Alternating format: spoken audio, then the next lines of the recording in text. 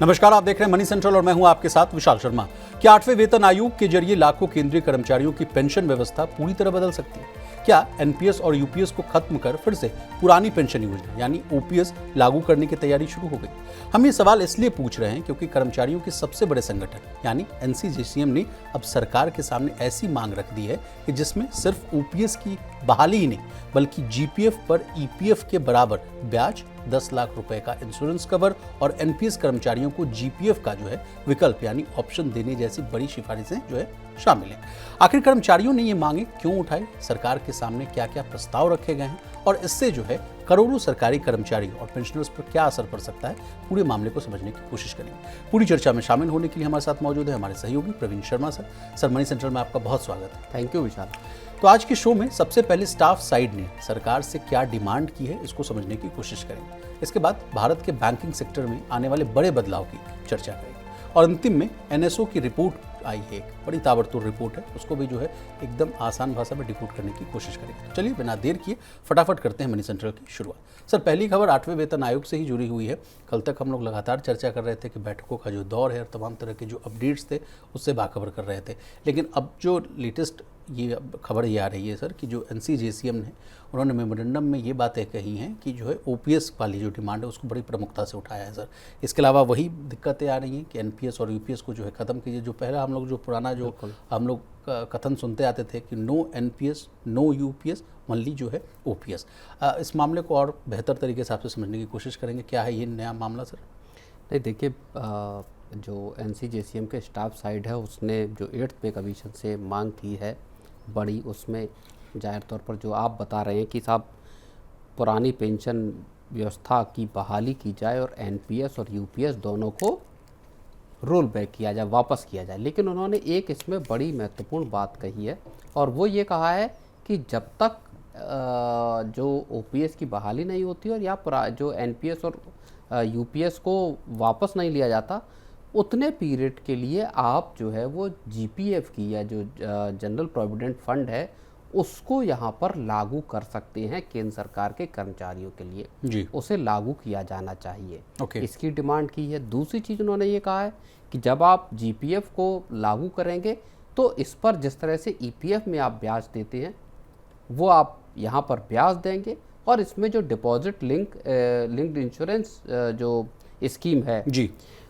डीएलआईएस जिसको बोलते हैं, उसका दायरा बढ़ाने की विशाल बात कही है। यानी जो बीमा का कवर है जो उसको 10 लाख तक करने की बात कही जा रही है सर। और सर जो ईपीएफ वाला एंगल आ रहा है इस कहानी में सर, तो जो अभी मैं अगर सही हूँ तो मुझे आपका बताइएगा 8.25 के आसपास जो अभी ब्याज मिल रही है सर, तो कह रहे हैं कि जीपीएफ पर भी जो है 8.25% का ब्याज मिले, यही बात आ रही है ना सर? बिल्कुल एग्जैक्टली। तो चलिए, तो अभी जिस तरह से इन्फ्लेशन को लेकर और जिस तरह से रेट कट का एक जो साइकिल देखने को मिल रहा है और आप बेहतर मनी सेंटर में बताते भी हैं सर कि इनवर्ट साइकिल हो गया, यानी निचले स्तर पर जो है पहुंचता हुआ जा रहा है, घटते हुए क्रम में जो है तब समझिए कि 10% 12% मिला करता था वो अब घटकर है जो 7% 6% के आसपास मिल रहा है। तो अभी मांग ये की जा रही है कि जो है 2% का अधिक जो है मुझे जो है बढ़ोतरी। देखिए, 2004 तक 1 जनवरी 2004 से पहले जितने कर्मचारी नियुक्त हुए या जो पुरानी पेंशन का लाभ ले रहे हैं, क्योंकि 1 जनवरी 2004 से सबको एनपीएस में डाल दिया गया, उनको दरअसल जीपीएफ का फ़ायदा मिलता है जो एक कॉन्ट्रीब्यूटरी स्कीम है। ठीक है। जिस तरह से आपका हमारा या जो प्राइवेट सेक्टर के कर्मचारी हैं उनका पीएफ कटता है, उसी तरह से आपका जीपीएफ में एक कटौती होती है। आपकी जो बेसिक सैलरी है उसके हिसाब से, मान लीजिए 60,000 आपकी बेसिक सैलरी है तो उसका अगर आप 10% मान लिए तो 6,000 रुपये के आसपास जीपीएफ कटता है। अब जिस तरह से आपका पीएफ का पैसा एक्यूमुलेट होता है और उस पर 8.25% का भी कि अगर हिसाब से देखें तो ब्याज मिलता है, उसी तरह से यहाँ भी क्वार्टरली या एनुअल बेसिस पर आपका जो इंटरेस्ट है वो मिलता है। इनका ये कहना है कि इस इंटरेस्ट को आपका जो है वो पीएफ का इंटरेस्ट की तरह से रखा जाए। जब तक आप पुरानी पेंशन को नहीं लेकर आते तब तक जो 2004 से बाद के जितने कर्मचारी अपॉइंट हुए हैं उनका कॉन्ट्रीब्यूटरी बेसिस पर आप जीपीएफ काटना शुरू कीजिए। जब आप पुरानी पेंशन ले आए तो पुरानी पेंशन की व्यवस्था चालू हो जाए। ये जो पैसा है ये पूरा का पूरा पैसा आपके रिटायरमेंट पे मिल जाता है, ठीक उसी तरह जैसे पीएफ का पैसा मिलता है जी। प्लस इसमें जो डिपॉजिट लिंक्ड जो इंश्योरेंस स्कीम है DLIS है जी, वो आपकी EDLI जिस तरह का PF के साथ एक मिलता है बीमा कवर, उस तरह का कवर है जिसकी लिमिट अभी असल में 60,000 रुपये विशाल। ओके, उसको 10 लाख करने इसको के बाद बढ़ाकर 10 लाख रुपए करने की बात करें कि कहा जा रहा है कि साहब ये जो रकम तय की गई थी इंश्योरेंस की वो बहुत पुराने टाइम पे तय की गई थी और उसके बाद से अब तक दुनिया भर के बदलाव आ गए हैं, इन्फ्लेशन आया है, तो इस रकम को, और ये रकम आपको तब मिलती है जो अतिरिक्त रकम है आपकी GPF के अलावा आपको मिलेगी जी, ये रकम आपको तब मिलती है, मान लीजिए आप जो है ड्यूटी के दौरान आपकी या कार्यरत हैं आप, तब आपकी जी, मृत्यु हो गई ओके, किसी कर्मचारी की, ओके, तो अब उस कर्मचारी को एक तो ये आपका जो GPF का पैसा है वो मिलेगा, प्लस उसके साथ ये इंश्योरेंस मिलेगा। तो पहले अभी जो 60,000 रुपये है उसको दरअसल वो कह रहे हैं कि अब साहब चूंकि इतना खर्च पड़ गए हैं, तमाम चीज़ें हैं, तो उसको बढ़ाकर 10 लाख रुपए किया। अच्छा सर, ये जो एक और प्रमुख मांग है कि NPS और UPS को हटाने की मांग की जा रही है, इसके पीछे क्या तर्क है सर? वही सेम है नहीं, जो मार्केट लिंक्ड है? बिल्कुल मार्केट लिंक्ड है और एक तरह से पूरी सिक्योरिटी नहीं देता। मार्केट लिंक्ड है तो रिटर्न की गारंटी नहीं है, पक्की पेंशन मिलने की गारंटी नहीं है। UPS भी आई तो उसको लेकर NCJCM का कहना है कि साहब जो 26-27 लाख NPS के एम्प्लॉयज़ हैं उनमें से सिर्फ और सिर्फ 1,22,000 के आसपास लोगों ने इसको ऑप्ट किया UPS को ना। बिल्कुल। तो अब इससे ये पता चलता है कि इस स्कीम के को लेकर उत्साह जो है वो बिल्कुल नहीं है। लेकिन सर स्टाफ साइड ने अपने ज्ञापन में जो है सुप्रीम कोर्ट के फैसले का हवाला दिया है सर। उसमें उन्होंने कहा कि सुप्रीम कोर्ट पहले ही कह चुका है कि पेंशन जो है कर्मचारी का अधिकार है, यानी राइट टू प्रॉपर्टी है, इसलिए जो है डिफाइंड पेंशन स्कीम को हटाकर डिफाइंड कंट्रीब्यूशन स्कीम NPS लागू करना उचित नहीं है। ये तर्क कितना जायज़ है सर? और इसके बाद मेरा अगला प्रश्न भी आएगा जो कल हम लोगों ने मनी सेंट्रल में डिस्कस किया था, जो मनजीत सिंह पटेल साहब ने जो बात कही थी कि 2.1 फिटमेंट फैक्टर की ही जो है आप उम्मीद करिए, क्योंकि जिस तरह से जो है हवाई बातें करने में कोई फ़ायदा तो है नहीं कि 4 मिलेगा या 3.8 मिलेगा। लेकिन वो जब बात आ गई थी तो मैंने आपसे प्रश्न पूछा था कि जब भाई फिटमेंट फैक्टर ही जो है सीधे 4 से 2 पर आ गया तो व्हाट अबाउट OPS को लेकर? तो इन दोनों सवालों को जो है जोड़कर आप समझाइएगा। नहीं, देखिए, जो डिफाइंड और नॉन कॉन्ट्रीब्यूटरी पेंशन की जो डिमांड की गई है कि साहब पहले जो आपका 2004 से पहले जो सरकार देती थी कि एक तयशुदा पेंशन थी, एक चीज़ जो डिफाइंड है, दूसरी नॉन कॉन्ट्रीब्यूटरी थी जिसमें एम्प्लॉय का कोई कंट्रीब्यूशन नहीं था, सरकार अपने खजाने से आपको पेंशन देती थी। उसको बदलकर NPS जब आया तो एक तो वो डिफाइंड नहीं रहा कि एग्जैक्टली कितनी आपको पेंशन मिलेगी, दूसरी चीज़ ये हो गई कि जो नॉन कॉन्ट्रीब्यूटरी जो नेचर था आपकी पेंशन के लिए आपका कॉर्पस का, वो अब दरअसल कॉन्ट्रीब्यूटरी कर दिया गया। तो इसको लेकर अब जो है वो डिमांड, और देखिए ये लंबे वक्त से डिमांड चली आ रही है कि साहब जो आपकी लास्ट ड्रॉन सैलरी है, और उसमें भी तमाम जो अलग अलग संगठन हैं, हम लोगों ने याद आपको होगा एक बार मनी सेंट्रल में डिस्कस किया था 2000 पेंशन मिल रहा है, 67% का आपको जी पेंशन को लेकर ना मिलना चाहिए। लास्ट सैलरी का 50 नहीं, 67% के आसपास। हाँ, तो 67% आप पेंशन यहाँ पर दे, इस तरह की भी डिमांड है। तो दो तरीके की चीज़ें हैं, एक तो जो बड़ा आर्गुमेंट है वो ये है कि साहब एम्प्लॉई का कोई भी पैसा न ले सरकार किसी भी तरह का। दूसरी चीज़ ये है कि आप सरकार पक्की पेंशन दे, डिफाइंड पेंशन दे कि साहब आप जब रिटायर होंगे तो आपकी जो लास्ट ड्रॉन सैलरी रही है साल भर का या 10 महीने का आपका जो औसत वेतन है उसका कम से कम 50% दे, या फिर उससे ज़्यादा की भी डिमांड की। चलिए, मेरे दूसरे प्रश्न का भी जवाब आप दीजिए सर। जो फिटमेंट फैक्टर की जो आशा है, आकांक्षाएं थी, 4 का जो फिटमेंट फैक्टर था वो आया जा रहा है बात की 2 या 2.57 के आसपास। तो ऐसे मूड माहौल में क्या OPS की बहाली हुई लेकर क्या संख्याएं नहीं, देखिए, डिमांड या मेमोरेंडम में बात रखना जाहिर तौर पर सब कर्मचारी संगठनों ने, अपनी पेंशनर्स ने, सब ने अपनी तरफ से जो मैं ये मानता हूँ जो अधिकतम मांगा जा सकता था सरकार से, क्योंकि ये लगता है कर्मचारियों को भी, उनके संगठनों को भी कि साहब ये एक 10 साल में आया हुआ एक बार का मौका है जी।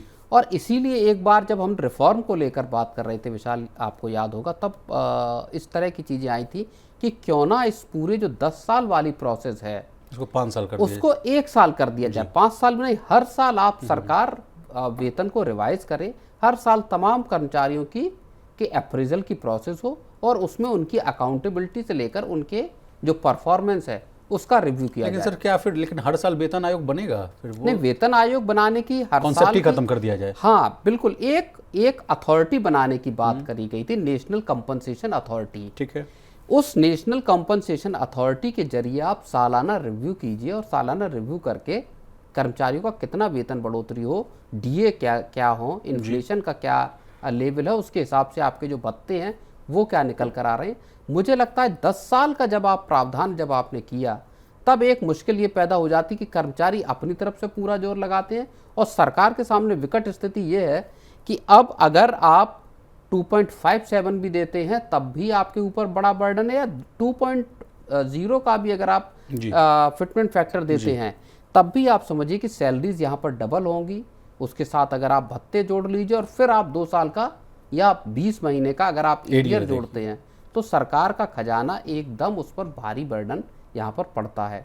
और इसके साथ कर्मचारियों की नाराजगी का भी फैक्टर पैदा होता है कि साहब आपने मांगा जा रहा है 3.833 और आप दे रहे हो 2.0 या 2.10 या 2.57। और इसका सर एक पॉलिटिकल एंगल, माफ कीजिएगा मैं जोड़ रहा हूँ, 27-28 के आसपास अगर ये चीजें होती हैं सर, तो 29 में लोकसभा चुनाव भी है, तो उसका इम्पैक्ट भी देखने को मिलेगा। इम्पैक्ट तो देखिए राज्यों से लेकर और फिर लोकसभा के इलेक्शन तक है। 27 में यूपी का इलेक्शन है, पंजाब में इलेक्शन है, कई राज्यों में आप देखेंगे तो इलेक्शंस तो देश भर में हर साल जो है अलग अलग राज्यों में लगातार चलते हैं। और हर राज्य में जो सरकारी कर्मचारी होता है उसका प्रभाव बहुत होता है वोटिंग परसेंटेज में। न केवल केंद्र सरकार के, जब केंद्र अगर मान लीजिए 8th पे कमीशन के जरिए 2 का फिटमेंट फैक्टर देती है तो स्टेट्स भी वही तो राज्य सीधे तौर पर राज्यों को तो और आज़ादी हो जाती है कि भैया जब केंद्र सरकार नहीं दे पाई, जिसके पास साधनों की जो है वो अथाह जो है संसाधन है, तो हमारे पास तो सब लिमिटेड जो रिसोर्सेज हैं, तो राज्य कहाँ से देंगे? तो राज्य भी उतना ही देंगे जितना केंद्र सरकार देगी। तो ऐसे में राज्य सरकार के कर्मचारियों में भी नाराजगी और केंद्र सरकार के, तो ये पॉलिटिकली तो सेंसिटिव मसला है ही विशाल। 1.25 करोड़ के आसपास अगर केंद्र सरकार के ही कर्मचारी और पेंशनर हैं, उसके साथ अगर आप राज्यों को जोड़ देंगे तो ये तादाद बहुत बड़ी हो जाती है विशाल। चलिए सर आगे बढ़ते हैं। भारत की बैंकिंग इंडस्ट्री में बड़े बदलाव की आहट सुनाई दे रही है। एक तरफ दिग्गज बैंकर दीपक पारेख का कहना है कि अगर भारत को 2047 तक $30 ट्रिलियन की जो है इकॉनमी बनना है तो सरकारी बैंकों का जो है एक और बड़ा विलय यानी जो है मर्जर, विदेशी निवेश की सीमा बढ़ाने और बैंकिंग सुधारों जैसे बड़े फैसले लेने होंगे। वहीं दूसरी तरफ देश के बड़े प्राइवेट बैंकों में जो है टॉप लेवल पर जबरदस्त हलचल मची हुई।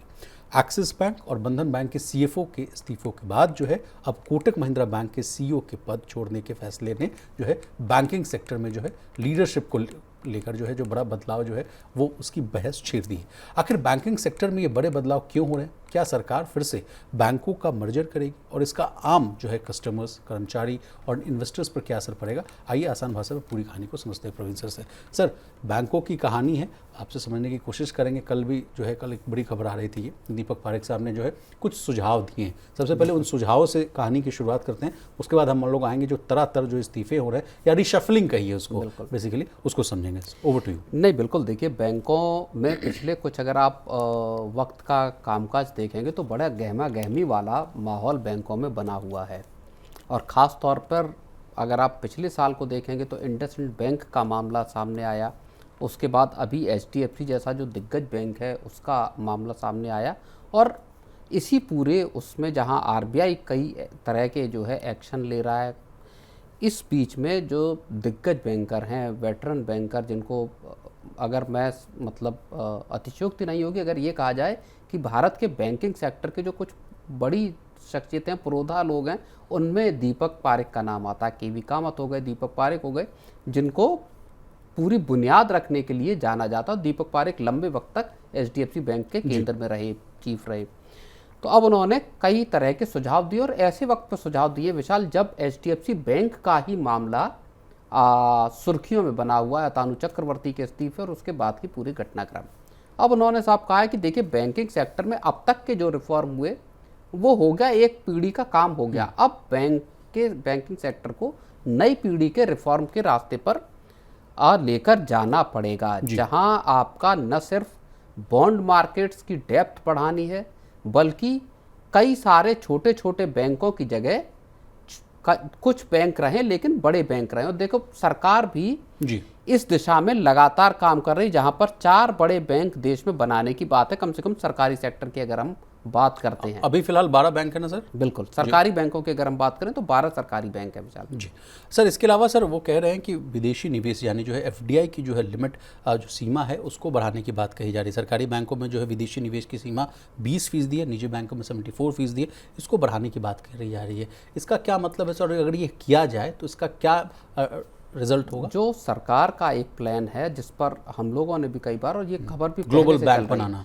ग्लोबल बैंक सरकार बनाना चाहती है कि भारत के कुछ बैंक जो है वो ग्लोबल मार्केट में, सिटी हो गया, एचएसबीसी हो गया, आपका डॉयचे बैंक हो गया, या आपका यूबीएस हो गया, इस तरह के जो बैंक ऑफ अमेरिका हो गया, जो दुनिया भर के देशों में कामकाज करते हैं, ऐसे भारत अपने कुछ बैंक तैयार करना चाहता है जो इंटरनेशनल मार्केट्स में अपनी पकड़ रखें। इन्वेस्टमेंट बैंकिंग से लेकर रिटेल और कॉरपोरेट बैंकिंग तक जिनकी पहुंच हो। भारत में भी अगर अभी आप देखेंगे तो जो इन्वेस्टमेंट बैंकिंग में है, ज़्यादातर जो दिग्गज हैं वो आपके यही विदेशी बैंक जो है गिने जाते हैं। तो अब इन 4 या 5 बड़े बैंक बनाना, उसके साथ ही ग्लोबल मार्केट में पहुंच बनाने के लिए आपको ज़रूरी है कि बैंकों के पास एक बड़ी कैपिटल हो। और सरकारी बैंकों की जब बात आती है तो उसमें जो 20% का कैप है उसको बढ़ाकर 49% का करने का प्रस्ताव सरकार के पास है कि कैसे किया जाए। तो सरकार भी इस बात को कह चुकी है कि ये प्रस्ताव हमारे पास है, लेकिन इसको करने से पहले बैंकों का कंसोलिडेशन करना जरूरी है।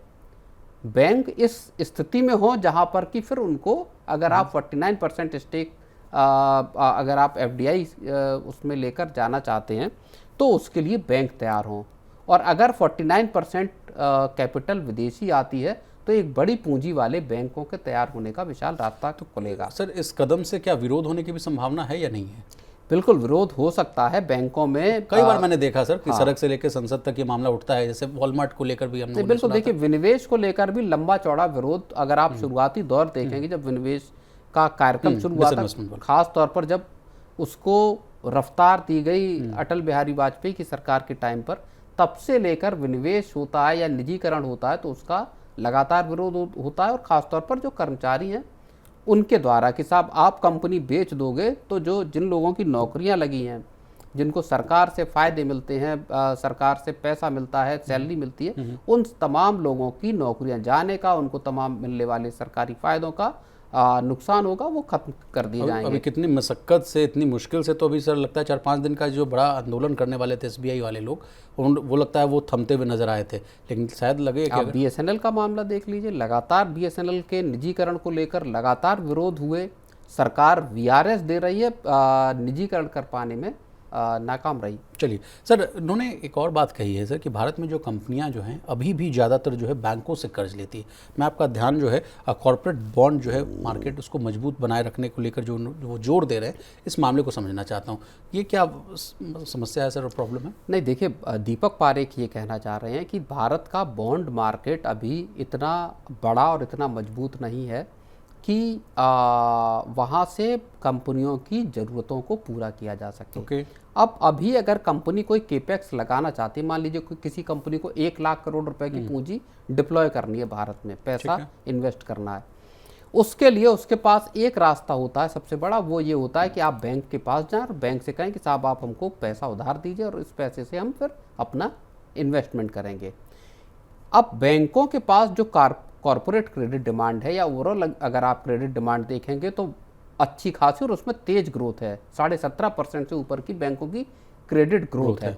बैंक अपनी कैपिटल रिक्वायरमेंट को, क्रेडिट की जो है उसको पूरा कर पाने में एक तरह से कहा जाए तो वो असमर्थ हैं, क्योंकि डिपॉजिट ग्रोथ 12.2%, डिपॉजिट ग्रोथ कम है, क्रेडिट की डिमांड बहुत ज़्यादा है। तो उनका कहना ये है कि ये जिम्मेदारी दरअसल अब बॉन्ड मार्केट के हवाले की जानी चाहिए, जो अभी जीडीपी में 18% का स्टेक रखता है। और उनका कहना यह है कि ये हिस्सा डबल यानी 36% होना चाहिए, यानी कंपनियां अपने बॉन्ड खुद उतारें, अपने पूंजी का इंतजाम कंपनियां खुद करें। तो आप अपने बॉन्ड उतारेंगे, उन बॉन्ड्स के लिए एक बड़ा मार्केट होना चाहिए जहां वो बॉन्ड बिक सकें। ओके और इन्होंने एक बहुत अच्छी बात ये भी कही सर कि जो बैंकिंग सुधार की जो वो बात कह रहे हैं, वो कह रहे हैं कि इसलिए ये बड़ा मुफीद समय है क्योंकि जो अभी बैंकों का जो एनपीए है वो 2% से नीचे है, बैंकों की जो स्थिति है वो बड़ी बैलेंस मजबूत शीट जो है। तो वो कह रहे हैं कि जब हालात अच्छे होते हैं तभी सुधार किए जाने चाहिए, तो बड़ा फटाफट जो है ये फैसले ले लेना तो चाहिए। देखिए, एक पीढ़ी के जो बैंकों के सुधार थे, या आप कहें कि भारत का जो फाइनेंशियल सेक्टर था विशाल, उसका एक बहुत बड़ा सुधार था डिजिटलाइजेशन का, जिसमें सारी सर्विसेज को डिजिटल किया गया। जैम ट्रिनिटी हो, आपकी मोबाइल बैंकिंग हो, आपकी नेट बैंकिंग हो, उसके साथ आप फिर यूपीआई लेकर आए। तो बैंकिंग सर्विसेज, फाइनेंशियल सर्विसेज का एक बड़ा बेस अब आपके पास तैयार है, जहां ऐप बेस्ड सर्विसेज हैं, जहां आप घर बैठे शेयर खरीद सकते हैं, शेयर बेच सकते हैं मोबाइल के जरिए, विद इन मतलब सेकंड्स, एक क्लिक के जरिए। अब आपको इसके अगले पीढ़ी का या इसके ऊपर की एक लेयर के रिफॉर्म करने हैं, और उसके लिए भारत को, और क्योंकि अगर आप एक ग्रोइंग इकोनॉमी है, अगर आप 2047 तक डेवलप्ड कंट्री बनना चाहते हैं, तो यहाँ पर बैंकों का मजबूत होना, बैंकों के सुधार यहाँ पर फिर बहुत मौजूद हो जाते हैं। इसके अलावा सर एआई पर भी उन्होंने बयान दिया, कहा कि एआई से डरने की ज़रूरत नहीं है, लेकिन भारत को जो है हर साल लगभग 1 करोड़ नई नौकरियां जो है वो भी पैदा करनी होंगी। तो इस फ्रंट पर क्या करना होगा ये अब देखना होगा, सरकार को समझना होगा। चलिए सर, अब इस कहानी के दूसरे पक्ष पर आते हैं सर, जो ताबड़तोड़ जो है इस्तीफा समझिए या जो रिशफल, ये मेरे पास पूरी लिस्ट है सर। एक्सिस बैंक से लेकर बंधन बैंक की जो सीएफओ हैं राजीव मंत्री, उन्होंने भी इस्तीफा दे दिया है। फिर इसके अलावा एक्सिस बैंक में कहा जा रहा है कि जो सीएफओ हैं पुनीत शर्मा, उन्होंने इस्तीफा दे दिया है। इसके अलावा सर कोटक महिंद्रा बैंक के सीईओ जो है अशोक वासवानी, वो भी कहा जा रहा है कि वो भी पद छोड़ रहे हैं। हम आपसे समझना, अपने आप में एक बड़ी खबर है, जो कोटक बैंक के जो सीईओ हैं अशोक वासवानी साहब जी, उनका टर्म इसी साल के आखिर में खत्म हो रहा है, और उन्होंने पहले ही बैंक के मैनेजमेंट को ये बता दिया कि साहब मैं अगला टर्म जो है वो नहीं चाहता, उसकी इच्छा नहीं है। ये एक अनयूजुअल से घटनाक्रम है, और उसको एक तरह से, अगर बर्नस्टीन की एक रिपोर्ट जो कल आई थी, उसमें इस बात को कहा गया है कि अब जो अनसर्टनिटी है वो दरअसल जो HDFC बैंक की एक अनसर्टनिटी थी वो वहाँ पे ख़त्म होती हुई दिखाई दे रही है। जब आपका अतानु चक्रवर्ती वाला पूरा मामला सेटल होता हुआ दिखाई दिया, उन्होंने कहा ये एक जो कोटक बैंक को देखना होगा कि यहाँ पर किस तरह के, ये क्या एक अनसर्टनिटी यहाँ पर पैदा हो सकती है। सर मैंने ये जो पूरे 7 जो इस्तीफे हैं उसका अगर जो मैंने इन डेप्थ एनालिसिस किया, तो एक्सिस बैंक के जो सीएफओ हैं वो HDFC बैंक जा रहे हैं, बंधन बैंक के सीएफओ हैं वो एक्सिस बैंक जा रहे हैं, HDFC बैंक के जो वरिष्ठ अधिकारी हैं सर वो RBL बैंक जा रहे हैं, और होम फर्स्ट फाइनेंस की जो सीएफओ हैं वो आवास फाइनेंसर्स जा सकती हैं, ऐसी बातें आ रही। क्या ये जो रिशफल है ये क्या कोई चिंता की बात है, या मतलब यही होता है सर कि बेहतर पद मिल रहा है, अच्छा वेतन मिल रहा है, बड़ी जिम्मेवारी मिल रही है, प्रमोशन के अवसर हैं, ये एक बड़ा फैक्टर, या कोई और गंभीर चिंता की बात है? नहीं, देखिए, जो NBFCs में जो कम से कम 6 आपके जो चर्निंग जो है, ये गंभीर चिंता की तो बात नहीं है। एक तरह से ये बता रहा है कि किस तरह के ग्रोथ के प्रोस्पेक्ट्स जो हैं वो बैंकिंग और जो नॉन बैंकिंग फाइनेंशियल कंपनीज जो हैं उनके भीतर पैदा हो रहे हैं, चाहे आपके होम लोन से रिलेटेड कंपनियां हों, होम फाइनेंस से जुड़ी कंपनियां हों, या बाकी के आपका NBFCs के कारोबार में जुड़ी कंपनियां हों। लगातार CFOs हों या CEOs हों, उनके बड़े लेवल पर आप एक जगह से दूसरी जगह मूव करने की हम खबरें पिछले 1 महीने में, बल्कि ये इतने 6 जो बड़े चेंजेस हैं ये 1 महीने में हुए हैं। और सर ग्लोबल लेवल पर अगर अनसर्टेनिटीज़ की बात की जाए तो अनसर्टेनिटीज़ एट इट्स कोर भी 1 महीने में ही देखने को मिला। बिल्कुल, लेकिन ये विशाल मुझे लगता है कि ज़्यादा बड़े मौके, ज़्यादा बड़े कारोबार के आने की, एक्सपेंशन की एक उम्मीद कंपनियों को, NBFCs को दिखाई दे रही, जहाँ पर कि खास तौर पर देखिए जब हम बात करते हैं क्रेडिट ग्रोथ की, तो वो ये बताता है कि किस तरह के मौके यहाँ पर क्रेडिट को लेकर जुड़े हुए पैदा हो रहे हैं। चलिए सर, नेक्स्ट कहानी में जो है इसमें पूरे बात को जो हम लोग और तफसील से और जो है विस्तार से समझने की कोशिश करें, लेकिन फिलहाल चलिए आगे बढ़ते हैं। क्या भारत के बड़े शहर अब सिर्फ रहने की जगह नहीं बल्कि कमाई की सबसे बड़ी मशीन बन चुके हैं? क्या दिल्ली, मुंबई, बेंगलुरु, हैदराबाद और सूरत जैसे शहर अब बाकी भारत से जो है कहीं आगे निकल चुके हैं? और क्या छोटे कारोबारों की असली तस्वीर अब पहली बार जो है हर कुछ महीनों में जो है देश के सामने आने वाली? असल में देखिए, NSO की नई रिपोर्ट ने जो है चौंकाने वाले आंकड़े पेश किए। रिपोर्ट बताती है कि मिलियन प्लस शहरों में जो है लोगों की सैलरी ज़्यादा है, बेरोजगारी कम है, महिलाओं की जो भागीदारी है यानी पार्टिसिपेशन कहिए वो बढ़ रही है, और छोटे कारोबार जो है पहले से ज़्यादा मजबूत हो रहे हैं। वहीं दूसरी ओर सरकार अब देश के करोड़ों छोटे और असंगठित कारोबारों की जो है सेहत पर नज़र रखने के लिए एक बिल्कुल नया इंडेक्स लाने की तैयारी कर रही है। सबसे पहले प्रवीण सर से समझने की कोशिश करें कि एनएसओ की ये जो रिपोर्ट है, ये जो डेटा आया है, ये क्या है सर, और इनफॉर्मल सेक्टर को मतलब एक क्या मतलब बुल्स आई की नज़र से देखने की क्या कोशिश की जा रही है सरकार की तरफ से? नहीं, बिल्कुल, ये दोनों जो कहानियां हैं, जहां एक तरफ सरकार अब जो अनऑर्गेनाइज्ड सेक्टर है, इनफॉर्मल सेक्टर है, उसको अपने ट्रैकिंग के राडार पर लेकर आना चाहती है, या बहुत माइन्यूट तरीके से ट्रैक करना चाहती है, एक इंडेक्स बनाना चाहती है। और उसी से जुड़ा हुआ एनएसओ का जो बिल्कुल लेटेस्ट जो एनालिसिस आया है, वो भी काफ़ी महत्वपूर्ण है, जो ये बताता है कि साहब 10 लाख से आबादी जहाँ ज़्यादा है जिन शहरों की, वहाँ सैलरी, वहाँ जीवीए ग्रॉस वैल्यू जो एडिशन या प्रोडक्टिविटी जिसको कह लीजिए, उससे लेकर तमाम जो फैक्टर हैं, उनमें वो जो ज़्यादा आबादी वाले शहर हैं वो लीड लेते हुए दिखाई दे रहे हैं, जो एक चीज़ की स्थिति को इसको भी पैदा करता है कि क्या जो देश में शहरीकरण है उसको बढ़ावा दिए जाने की विशाल जरूरत है। जी, कुछ डेटा है सर। 2025 में बड़े शहरों में खुद का काम करने वाले व्यक्ति की जो है औसत जो है मासिक कमाई 30,858 रुपये रही। ये बाकी जो है शहरी क्षेत्रों की तुलना में 34% अधिक है। इस डेटा को और आसान भाषा में समझाता हूँ। यानी अगर कोई व्यक्ति सर दिल्ली, मुंबई, बेंगलुरु, अहमदाबाद, सूरत, पटना जैसे जो है बड़े शहर में अपना कारोबार या प्रोफेशन जो है करता है, तो उसकी कमाई औसतन ज़्यादा मानी जा रही है। फिर रेगुलर जो सैलरीड है कर्मचारियों की भी कमाई की बात कर लेते हैं सर। कहा जा रहा है कि नियमित वेतन पाने वाले कर्मचारियों की औसत जो है मासिक सैलरी वो 28,808 रुपये रही, और ये भी सर ये अन्य शहरी इलाकों से लगभग 10% ज़्यादा है। दिहाड़ी मजदूरों की कमाई की बात की जाए तो बड़े शहरों में जो है कैजुअल मजदूर की औसत दैनिक मजदूरी जो है 624 रुपये प्रतिदिन रही, जबकि बाकी शहरी इलाकों में ये लगभग 550 रुपये प्रतिदिन थी। सर ये रहा डेटा, इसके बाद आप आगे की कहानी को ले चलिए। नहीं, बिल्कुल, देखिए, और इसमें जो आप मेट्रो में चाहे सेल्फ एम्प्लॉयड्स को देख लीजिए, उनसे, और दूसरे जो शहर हैं, बाकी के शहर हैं जिन 10 लाख से कम आबादी वाले, उनमें जो स्वरोजगार कर रहे हैं उनकी कमाई में भी अंतर है जी। 7% का जो अंतर एक, और जो रेगुलर सैलरीड लोग हैं उसमें अंतर और ज़्यादा बड़ा विशाल नज़र आता है। 62,000 रुपये से ज़्यादा की कमाई है जो नौकरियों में, नौकरी पेशा लोग हैं मेट्रो शहरों में, और जो गैर मेट्रो शहरों में हैं उनको लगभग 55,000 रुपये मिलता, तकरीबन 13,000 रुपये का यहाँ पर 13% का, माफ़ कीजिएगा, अंतर यहाँ पर दिखाई देता है। इसी तरह से फॉर्मल सेक्टर की प्रोडक्टिविटी और इनफॉर्मल सेक्टर की प्रोडक्टिविटी, इन दोनों को अगर आप देखेंगे तो ये भी आपके जो मेट्रोज हैं वहाँ पर हमको ज़्यादा नज़र आएगी। एक चीज़ जो है वो थोड़ा सा आंकड़ा यहाँ पर भिन्न है कि बेरोजगारी की जो दर है जी, वो आपके बड़े शहरों में आपकी 4.9% है, जबकि छोटे शहरों में 4.7% है। तो 0.2% का यहाँ पर, या 20 बेसिस पॉइंट का यहाँ पर जो फ़ायदा है वो छोटे शहरों में मिल रहा है। लेकिन उसकी एक वजह हो सकती है, उसकी वजह यह है कि छोटे शहरों में बहुत बड़ा जो आपका रोजगार है वो आपकी मनरेगा जैसी या कृषि आधारित जो आपकी नौकरियां हैं, मजदूरी हो गई, खेत या मजदूरी हो गई, इनमें खपा हुआ है विशाल जी। और सर आपने बेरोजगारी दर की जो बात की है सर, तो उसमें बड़ा अच्छा एक डेटा है, हैप्पी कर सकता है आपको। 2017-18 में बेरोजगारी की जो दर थी वो 7.9% थी, 21-22 में ये 5.8% हुई है, और 2025 में 4.9%। तो लगातार अगर देखिए कुछ वर्षों में ये घटते हुए आ रहा है, लेकिन इसके बावजूद धरातल पर अभी भी जो है रोजगार का मुद्दा जो है बहुत प्रमुखता से है, लोगों को अभी भी नौकरी की तलाश है। तो इन आंकड़ों में अगर सुधार देखने को मिला तो हमारे देश के लिए बहुत अच्छी बात होगी सर। इसके अलावा सर महिलाओं की जो भागीदारी, वुमेन पार्टिसिपेशन, उसमें भी अच्छी खासी बढ़ोतरी हुई है सर। 2017-18 में 19.8% था और 2025 में 27.2% है।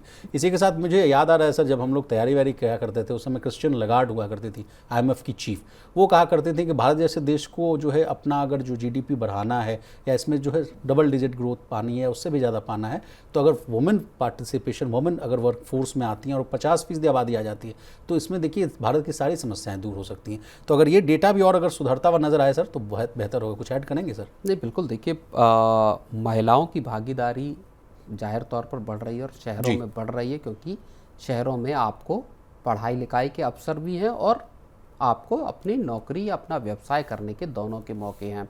एक बड़ा जो फैक्टर यहाँ पर क्रिएट होता है विशाल, महिलाओं के और पुरुषों दोनों के लिए, वो है कि जहां आप छोटे शहरों की तरफ बढ़ते जाते हैं उतने ही आपके ट्रेनिंग, उतने ही आपके वोकेशनल आपके जो कोर्सेज हैं उनके साधन या उनके जो तरीके हैं, इंस्टीट्यूट्स हैं, उनकी कमी आपको महसूस होती है।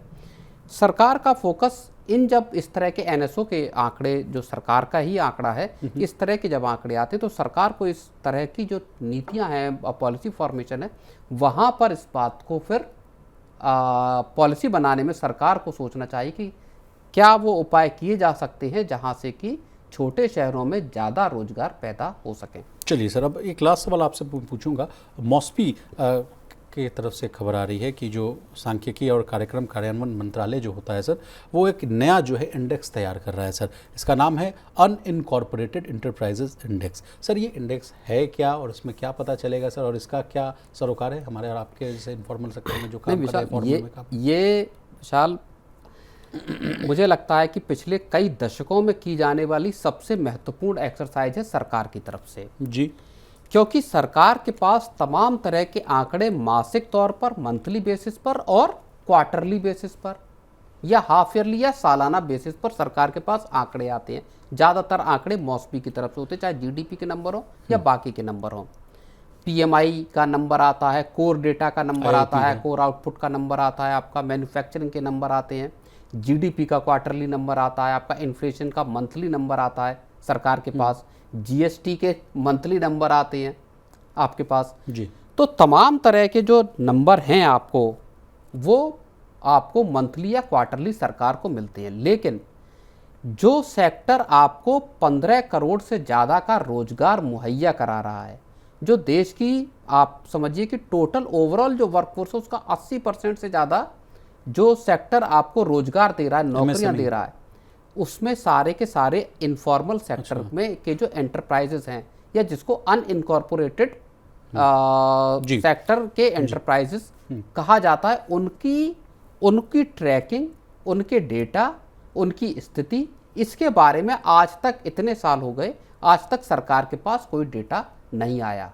तकरीबन 9 करोड़, बल्कि 9 करोड़ से ज़्यादा ऐसे एंटरप्राइजेस हैं जो अनरजिस्टर्ड हैं। ओके। और अनइनकॉर्पोरेटेड जो एंटरप्राइजेस हैं या जो सेक्टर है उसमें ऐसी यूनिट्स आती हैं, ऐसी इकाइयाँ आती हैं जो सरकार के कंपनीज एक्ट के तहत रजिस्टर्ड नहीं है। ये इकाइयाँ जीएसटी के तहत या उद्यम जो सरकार का पोर्टल है वहाँ रजिस्टर हो सकती हैं, लेकिन आप अगर कंपनीज एक्ट के तहत रजिस्टर्ड नहीं है तो ये आपके सारे अनइनकॉर्पोरेटेड सेक्टर के यूनिट्स आती हैं, चाहे रेहड़ी वाला हो, चाहे सलून वाला हो जो बार्बर है आपके आसपास का, चाहे किराना दुकानदार वाला हो या कोई छोटा फर्नीचर बनाने वाला हो। इस तरह की जो तमाम यूनिट है आपके घर आस पड़ोस में, आपके शहर गांव देहात में, ये सब की सब यूनिट इन अनइनकॉर्पोरेटेड सेक्टर की यूनिट्स में विशाल आती हैं। सर आपसे इनफॉर्मल सेक्टर में हम लोग बात भी कर रहे थे अभी न्यूज़ रूम में, तो आपने गिग वर्कर्स का भी जिक्र किया था, उनको भी क्या कुछ बेनिफिट मिल सकता है क्योंकि इनकी तादाद भी बहुत ज़्यादा है सर? अब देखो विशाल, होगा क्या जी, जो सरकार करना चाहती है,